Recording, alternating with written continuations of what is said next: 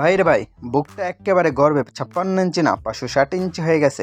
যারা ভাবছিলেন আমাদের দেশের পেসাররা শুধু মিরপুরে স্লো আর মরা পিচে বল ঠেলতে পারে, তারা একটু কান খারাপ করে শুনেন। ইংল্যান্ডের ঐতিহ্যবাহী কাউন্টি চ্যাম্পিয়নশিপের গ্রাউন্ডে গিয়ে এক খাঁটি বাঙালি পেসার এমন তাণ্ডব চালাইছে যে ইংলিশ ব্যাটার এখন রাতে ঘুমানোর আগে হাসান মাহমুদের নাম জপ করতেছে। হ্যাঁ ভাই, কেন্টের হয়ে নিজের প্রথম 2 ম্যাচে বাজিমাত করছেন আমাদের হাসান মাহমুদ। 2 ম্যাচের 2টাতেই জয়, যার মধ্যে এক ম্যাচে আবার প্লেয়ার অফ দ্য ম্যাচ। 4 ইনিংসে বল করে উইকেট কয়টা নিয়েছেন জানেন? 1 ডজন, মানে 12টা। তা আবার মাত্র 19.08 এভারেজে। একটা ইনিংসে তো একাই ধসায় দিলেন 6 উইকেট নিয়ে, একেবারে top notch world class performance. আজকে হাসানের এই ইংলিশ দুর্গ জয়ের গল্পই শোনাবো আপনাদের। একটু ব্যাকগ্রাউন্ডে যাই ভাই, কাউন্টি ক্রিকেট কিন্তু কোনো ছেলে খেলা না, যেখানে ডিউকের সুইং করতে থাকা লাল বলের সামনে দুনিয়ার বাঘা বাঘা ব্যাটারদের পা কাঁপে। সেখানে কেন্টের হয়ে ডেবিউ করতে নামলেন হাসান মাহমুদ, আমাদের শান্ত স্বভাবের, মুখে সবসময় মিষ্টি হাসি লেগে থাকা লক্ষ্মী ছেলেটা। কিন্তু বল হাতে নেওয়ার পর তার ওই মিষ্টি হাসি যে বিপক্ষ দলের জন্য কতটা ভয়ঙ্কর রূপ নেবে তা হয়তো কেন্টের অধিনায়ক নিজেও প্রথমে বোঝেন নাই।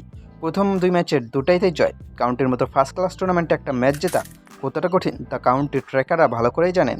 আর সেইখানে হাসান মাহমুদ দলে আসা মানেই কেন্টের জয় নিশ্চিত। কেবল উইকেট নেন নাই ভাই, ম্যাচের মোড় ঘুরে দেওয়া ব্রেক থ্রু এনে দিচ্ছেন।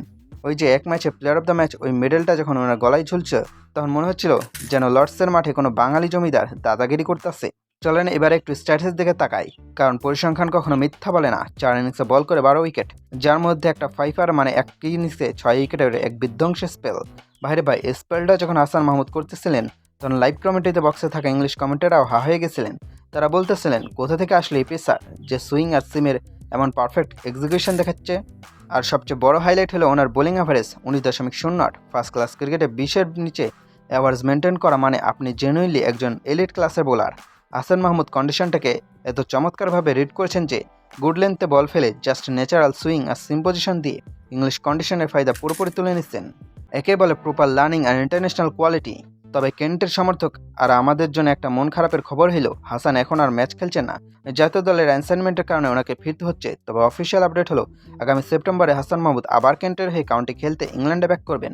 মানে পিকচার এখনো বাকি আছে ভাই। সেপ্টেম্বর মাসে ইংল্যান্ডের আবহাওয়া যখন আরও একটি ঠান্ডার পেশ সহায়ক হবে, তখন হাসান যে ওইখানে কি লেভেলের আগুন ঝরাবেন সেটা ভাবতে এখন থেকে গায়ে কাটা দিচ্ছে।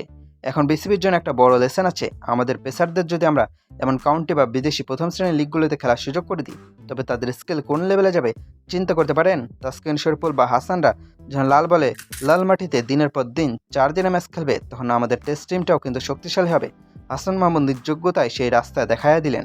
হাসান মাহমুদের সবচেয়ে সুন্দর জিনিসটা কোনটা জানেন? এই ছেলেটা মাঠে অতিরিক্ত স্লেজিং করে না, ব্যাটারকে আউট করে কোনো উগ্র উদযাপন করে না। উইকেট নেওয়ার পর জাস্ট ওই কিউট একটা মুচকে হাসি দেয়, যেন মনে হয় ও কিছুই করে নাই, বলটা এমনি এমনি উইকেটে গিয়ে লাগছে। কিন্তু ওনার এই শান্ত স্বভাবের আড়ালে লুকিয়ে আছে একটা খুনে মেন্টালিটি। লাইন এবং লেন্থের উপর যে নিয়ন্ত্রণ আছে, তা এই মুহূর্তে আমাদের দেশের অন্যতম সেরা। কাউন্টের এই পারফরমেন্স হাসানের ক্যারিয়ারে একটা বিশাল বুস্ট হিসেবে কাজ করবে। তো ভাই ব্রাদার্স, কাউন্টি ক্রিকেটে হাসান মাহমুদের এই রাজকীয় শোটা আপনাদের কাছে কেমন লাগছে?